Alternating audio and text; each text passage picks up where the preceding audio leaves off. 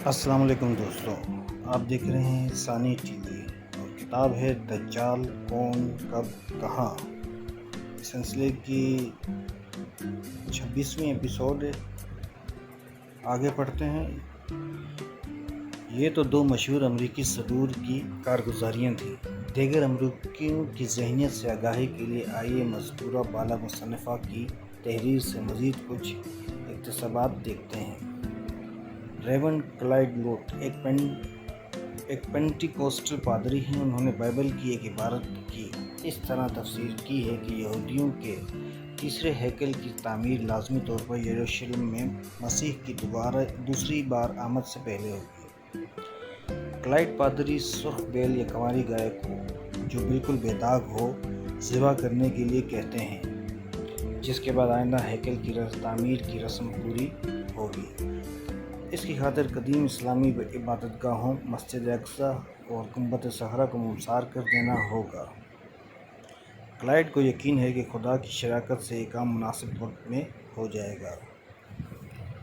1998 کے اواخر میں ایک اسرائیلی خبرنامہ ویب سائٹ پر دیکھا گیا جس میں کہا گیا کہ اس کا مقصد مسلمانوں کی عبادت گاہوں کو آزاد کرانا اور ان کی جگہ ایک یہودی ہیکل کی تعمیر ہے۔ خبرنامے میں لکھا ہے کہ اس ہیکل کی تعمیر کا نہایت موزوں وقت آ گیا ہے۔ خبرنامے میں اسرائیلی حکومت سے مطالبہ کیا گیا تھا کہ ملحدانہ اسلامی قبضے کو مسجد کی جگہ سے ختم کرائے۔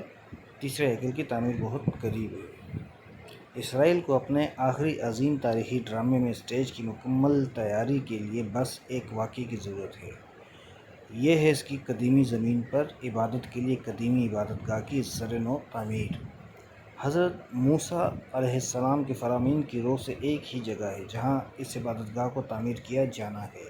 یہ ہے ماؤنٹ موریہ، وہی جگہ جہاں اس سے پہلے کی عبادت گاہیں تعمیر کی گئی تھیں، یعنی عین مسجد اقصی اور گنبد معراج پر۔ الغرض، قصہ مختصر، مغرب اپنی مادیت پرستی کے باوجود اس قدر انتہا پسند ہے کہ شدت سے مسیح کا انتظار کر رہا ہے۔ اس کا عقیدہ یہ ہے کہ مقدس باپ کے آنے کے بعد انہیں آسمان پر اٹھا لیا جائے گا، جہاں سے وہ آخری ہولناک جنگ کا مظاہرہ بالا خانوں میں بیٹھ کر کریں گے، جبکہ دوسری طرف مسلمان مذہب پسند ہونے کے باوجود اپنے نبی صلی اللہ علیہ وسلم کی سچی پیشن گوئیوں کی طرف ایسے متوجہ نہیں ہے جیسا کہ دور حاضر میں ان پیشن گوئیوں کے آثار قریب دیکھ کر چوکنا و متوجہ ہونا چاہیے۔ حضرت مسیح علیہ السلام کا ساتھ جن لوگوں نے دینا ہے، مسیح کے انتظار سے ان کی غفلت سمجھ میں نہ آنے والی بات ہے۔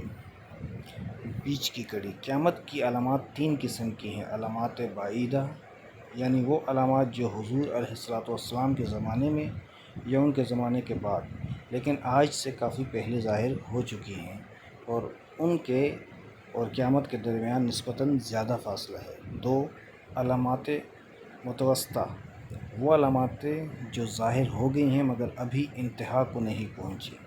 جب یہ عروج کو پہنچیں گی تو تیسری قسم کی علامات کی ابتدا ہو جائے گی، علامات قریبہ۔ یہ علامات قیامت کے بالکل قریب کی ہیں، ایک دوسرے کے بعد بے ترتیب ظاہر ہوں گی، اور جب یہ سب کل 10 کے قریب ہیں ظاہر ہو چکیں گی تو کسی بھی وقت قیامت اچانک آ جائے گی۔ پہلی اور تیسری قسم کی علامات کا تعلق کائنات میں ہونے والے واقعات سے ہے، جبکہ بیچ کی دوسری قسم کا تعلق انسانوں کے اعمال سے ہے۔ مثلاً پہلی قسم میں یہ علامات آتی ہیں: آخری نبی رسول اللہ صلی اللہ علیہ وسلم کی بعثت اور وفات، چاند کے دو ٹکڑے ہونے کا واقعہ، تتاری فتنہ وغیرہ۔ دوسری قسم وہ گناہ اور بدعمالیاں ہیں جن میں انسان مبتلا ہو کر جائز و ناجائز کو بھلا دیں گے۔ برائیوں کا اتنا چلن ہوگا کہ مساجد و مدارس میں بھی موسیقی، غیر موبائل گھنٹیوں اور دائیں بائیں سے کان میں پڑنے والی گانے بجانے کی آوازوں سے متاثر ہوں گے۔ یہ 70 سے کچھ اوپر گناہ ہیں جو احادیث شریفہ میں تفصیل سے مذکور ہیں۔